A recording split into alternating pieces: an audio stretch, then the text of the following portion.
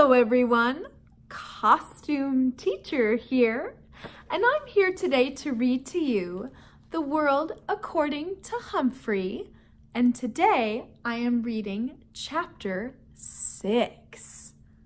Okay, so the vocabulary words, perk up those ears because there's a number of them in this chapter I want to make sure you are familiar with, are the following words. First one is scurried. Can everyone say scurried? That means to move quickly in short steps. I'm feeling Humphrey's going to be scurrying somewhere. Next one is queasy. Can everyone say queasy? Ugh. That's when you're feeling sick. Ugh. Ugh. Moving on. Okay, the next word is commotion. Can everyone say commotion? That means a state of confused or noisy disturbance. Oh, teachers, you've never heard a commotion before, have you? Not that I can recall. Oh, wait, Faraday! Okay, the next word is ponder. Can everyone say ponder? Ponder means to think about something carefully before making a decision.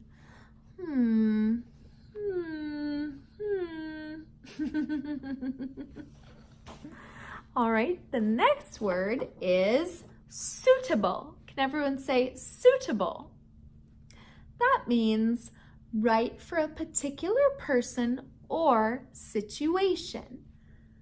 It says examples below of a suitable person to take care of a hamster. Blink, blink, like me.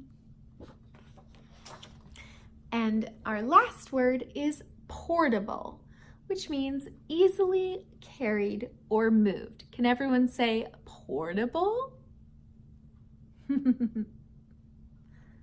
As in a cage for a hamster. All right. Well, if you are following along with a copy of the book, chapter 6 begins on page 42.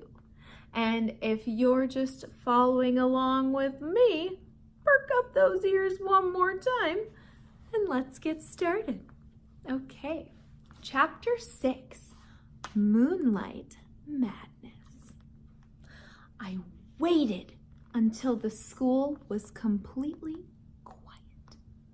No students, no teachers, no Mr. Morales. Then I got busy because I had a lot of work to do.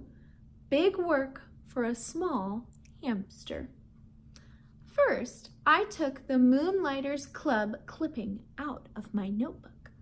Holding it in my mouth, I opened the lock that doesn't lock and scurried across the table. Getting down off that table was still a problem. I grabbed hold of the leg and slid down as I'd done before. It makes me feel a little queasy in my tummy, but it would be worthwhile if I could get Aldo a girlfriend. I hurried over to the big machine, which was very, very high off the ground. It seemed impossible for me to get up there, but I had it all planned out in my mind. Crawl up the wastebasket. Ooh, I didn't know it would sway like that. Oh, can you all sway? Leap over the seat of Mrs. Brisbane's chair. Ooh, slippery. Crawl up the rungs to the chalkboard tray behind it. Along the chalkboard tray to the bookcase. Then the hardest part, the dive from the bookcase to the overhead projector cart. If you ever try it yourself, don't look down. I was practically home free, but I still had to get up to the lit part. Still holding the newspaper clipping in my mouth, I grabbed onto a big screw sticking out of the side and pulled myself up. Then I reached up as high as I could and just barely managed to touch the top. Good thing I've got big muscles. Ooh, let me see those big muscles. Big, strong hamsters. Because I was able to Pull pull myself up. I was there. It was like I was climbing Mount McKinley, the tallest mountain peak in the United States. Ask Mrs. Brisbane. I quickly pushed the switch. I wished I had some sunglasses because I was suddenly surrounded by blinding light. It was like being inside a light bulb. I took the newspaper clipping out of my mouth and carefully laid it on the flat glass. Then I looked up at the wall and no! Up on the screen was a picture of a car, and behind it there was a jumbled up backward writing. I realized I must have laid the clipping on the glass upside down. I quickly turned it over, and there it was. All the information about the Moonlighters Club right there on the wall, with the outline of the car behind it. Aldo would be coming soon, so I hurried back to the cage. Is he hurried back to the cage? It was faster getting back because it was mostly downhill until the very end, when I had to swing my way up the cord to the blinds and back to the table. Can you swing with me a little bit? I was panting pretty hard by the time I closed the cage door behind me. I didn't even have time to catch my breath before Aldo swung the door open. Whoa, who left that on? He exclaimed as he entered. That thing could overheat. He hurried over to the overhead projector. Look at the wall. Look up at the wall, I squeaked. But the words only sounded like hamster peeps. Aldo didn't waste a second. He flicked the machine off. And all that work for nothing. But then a funny thing happened. Aldo turned the machine back on and looked at the wall. What's this? He muttered. Why did Mrs. Brisbane have this up here? Hey, nice car. He squinted up at the screen. Look, Humphrey. The Moonlighters Club. For people who work at night. Like me. And me, I thought. I was still quite exhausted from all that effort. Aldo stared at the big ad on the wall for a while. Can I see you all stare a little bit? Wait, get all the blinks out. Okay, ready? Staring contest. 1, 2, 3.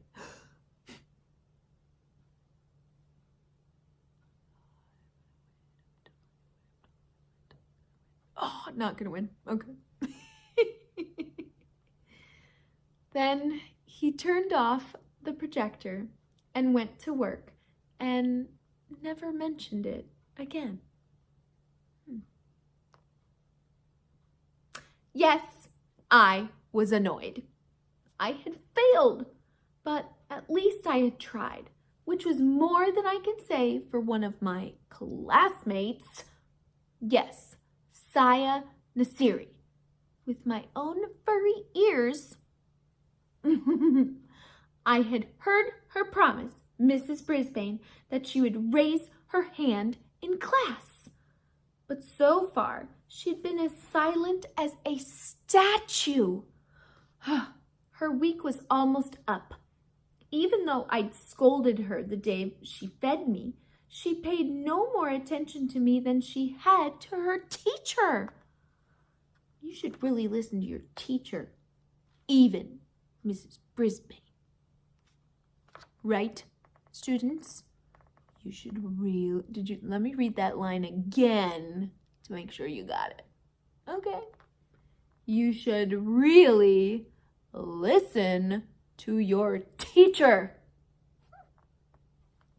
Okay, back to the story. And you should always listen to your hamster. I was worried about Aldo and about Saya, but I have to admit, my journey had been so tiring that, nocturnal or not, I slept soundly the rest of the night.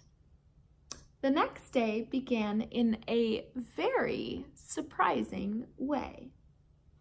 I have something to share with you all, Mrs. Brisbane announced. She held up a postcard with a picture of colorful parrots perched in lush green trees. A postcard from Miss McNamara. Mrs. Brisbane would never call her Miss Mac. It says, "Greetings to my favorite class in the world, room 26. I am now working in a school here in Brazil. This country is beautiful and friendly. I really enjoyed talking with the parrots in the rainforest. I miss you all, especially my pal Humphrey. Lots of love, Miss Mac." Mrs. Brisbane had to say Miss Mac, since that's the way the card was signed. Happy, happy, happy! Not only did Miss Mac remember me, she missed me most of all. Oh, and I missed her most of all too, especially every time I looked at Mrs. Brisbane and she glared back at me. Let's see that glare again. Mrs. Brisbane showed us Brazil on the map, and it's far away. I'd like to be that far away from Mrs. Brisbane. My head was so filled with memories of Miss Mac that I only got 75% on my vocabulary test. Oh. After we graded the tests in class, Mrs. Brisbane said, "If you got 100% on the test, please raise your hand." That woke me up. What a clever way to get Saya to raise her hand, because she always got 100%. AJ raised his hand. Art raised his hand. Saya just stared down at her desktop. I was starting to get really mad at her. When it was time for map work, Mrs. Brisbane clicked on the overhead projector, and there it was, the Moonlighters Club ad right on the wall. Mrs. Brisbane wrinkled her nose, picked up the paper, and looked at it both sides. Then she held it up to the light, and I think maybe she noticed those little tiny holes my teeth had made when I carried it over there. Mrs. Brisbane looked over at my cage and wrinkled her nose again. Can I see you all wrinkle your nose? Then she crumpled up the paper and throw it in the wastebasket. She's smart, but she is also mean. She's not the only one.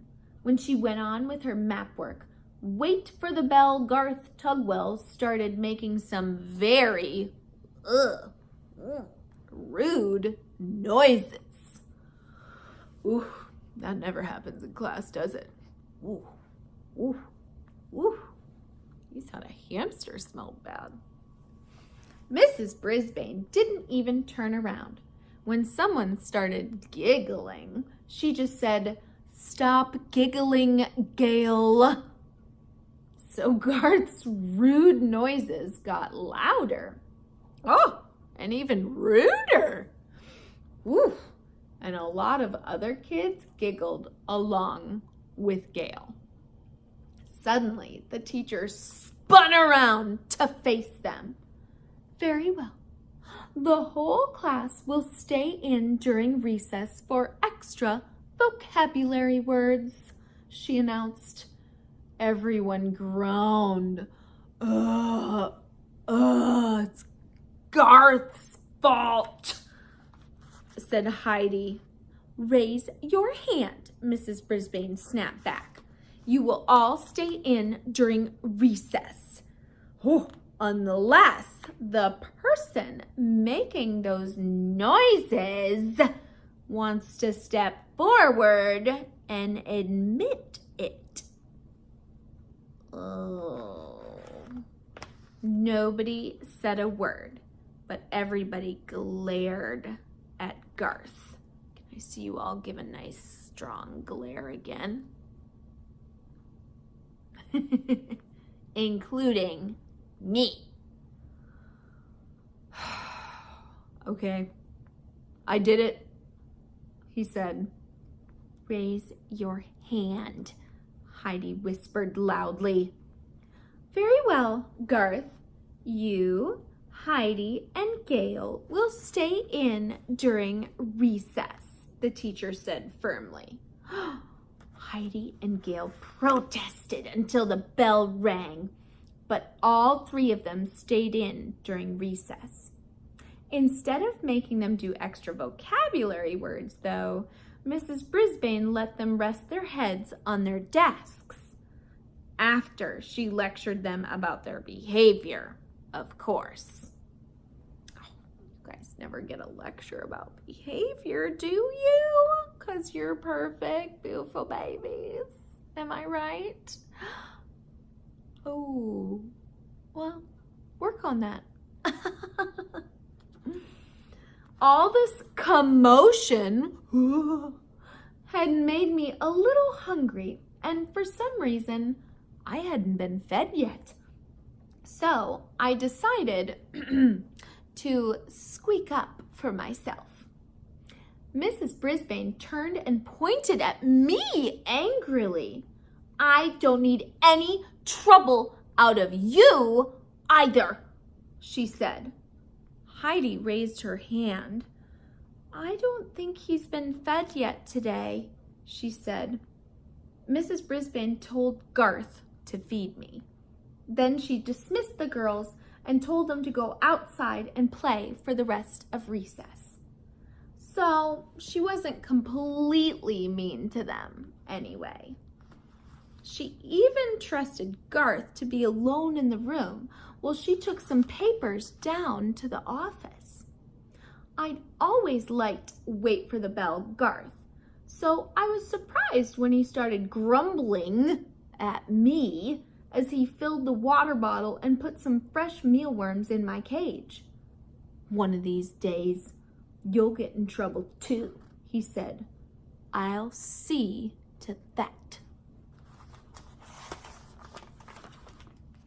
"Huh?" I squeaked. "Everybody hates me.